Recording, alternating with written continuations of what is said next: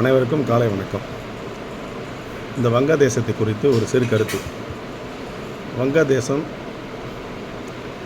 பாகிஸ்தான், நேபாளம் இவைகள் அத்தனையும் நமது இந்தியா நிலப்பரப்பிலே சேர்ந்தது தான் என்பது நாடு அறியும், மக்கள் அறிவார்கள். இதில் இந்தியா சுதந்திரம் அடைந்த பிறகு தனியாக பிரிந்த நாடுகள் தான் இவைகள்.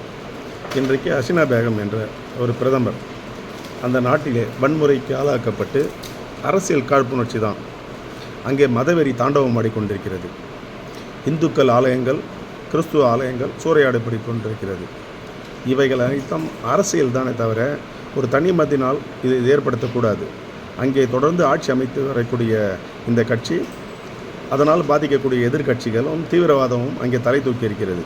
எனவே அந்த நாட்டிலிருந்து தஞ்சமடைந்த நமது தாய் இந்தியாவிலே எந்த உலகத்தில் எந்த மூலையில் தஞ்சம் கேட்டு ஒரு பெண்மணி இந்தியாவிற்கு வந்தாலும் அவர்களுக்கு பாரத் மாதா வரவேற்பு கொடுத்து நமது புண்ணிய பூமியிலே அவர்களை அடைக்கலம் தருவது நமது பண்பாக இருக்கும். எனவே அவர்களுக்கு மேற்கொண்டு எந்த ஒரு வகையிலும் அரசியலிலோ அல்லது இராணுவத்தாலோ அல்ல நாட்டின் இதனாலோ இடைஞ்சல் ஏற்பட்டாலும் நமது இந்திய மக்களாகிய நாம் அனைவரும் ஒன்று நின்று அந்த அம்மையரை காப்பாற்ற வேண்டியது நமது கடமை. அதே சமயத்தில் இந்திய மாணவர்கள் அங்கே தாக்கப்படுவதாக இருந்தால் உடனடியாக வங்கதேசத்தில் இருக்கக்கூடிய மாணவர்களும் தமிழர்களும் இந்தியர்களும் உடனடியாக அங்கிருந்து தூதரகம் மூலியமாக வெளியேற்றப்பட வேண்டும், நமது இந்தியாவிற்கு கொண்டு வரப்பட வேண்டும். அதுதான் நான் வேண்டி கேட்டுக்கொள்வது. எனவே அங்கே நடந்து கொண்டிருக்கின்ற இந்த உள்நாட்டு வன்முறைகள், ஜாதி கலவரம், இந்துக்கள் ஆலயம், கிறிஸ்துவ ஆலயங்கள் தாக்கப்படுகிறது, சூறையாடப்படுகிறது, தேசிய கொடியை கொளுத்துகிறார்கள். நான் பார்த்து கொண்டிருக்கிறேன் தொலைக்காட்சியிலே. தேசிய கொடியை எரிக்கிறார்கள். இந்துக்கள் ஆலயங்கள் சூறையாடப்பட்டு கொண்டிருக்கிறது.